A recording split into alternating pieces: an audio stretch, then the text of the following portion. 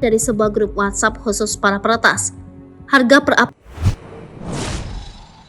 nggak tamat SD, ayah dan anak retas puluhan handphone, termasuk handphone Kapolda Jateng, raup 1,5 miliar rupiah per bulan.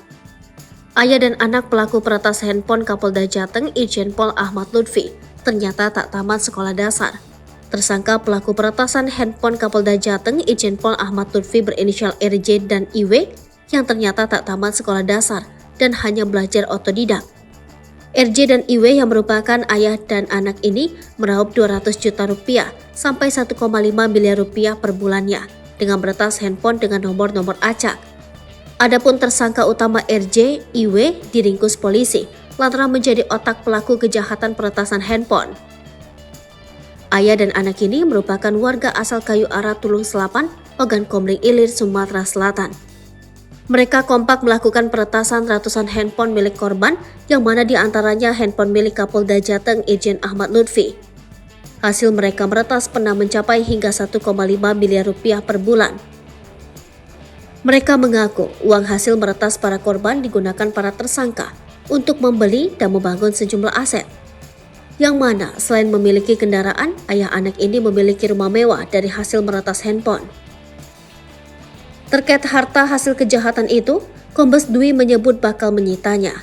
Dikatakannya dua tersangka ayah dan anak tersebut mengaku belajar meretas dengan modus APK belajar dari otodidak. Tersangka yang merupakan ayahnya, IW, mengaku tugasnya hanya membantu anaknya yakni menginput nomor calon korban. Seperti diketahui sebelumnya, Direktorat Kriminal Khusus menangkap jaring peretas handphone modus APK yang membajak handphone milik Kapolda Jateng Irjen Ahmad Lutfi.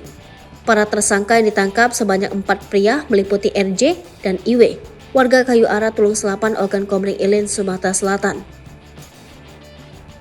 Dua tersangka lainnya masing-masing berinisial HAR, warga Tisno Gambar, Bangsal Sari, Jember, Jawa Timur, dan RD asal Pasirwangi, Garut, Jawa Barat. Dua tersangka RJ dan RW merupakan ayah dan anak yang tugasnya yakni memesan file APK, menyebarkannya, melakukan peretasan, mengalihkan hasil transfer, dan lainnya. Sedangkan tersangka HAR dan RD bertugas melakukan pembuatan rekening untuk menampung kurasan uang hasil kejahatan. Dari 48 korban, para tersangka berhasil mengantongi uang hingga miliaran rupiah. Pada aksi terakhir mereka berhasil mengantongi uang 1,5 miliar rupiah. Para tersangka mengaku mendapatkan file APK dari sebuah grup WhatsApp khusus para peretas. Harga per APK dipatok Rp500.000. Begitupun kapasitas APK juga beragam, rata-rata sebesar 6 MB. Selepas mendapatkan file APK lalu diubah nama filenya seperti undangan, surat pajak, surat pengiriman paket, dan lainnya.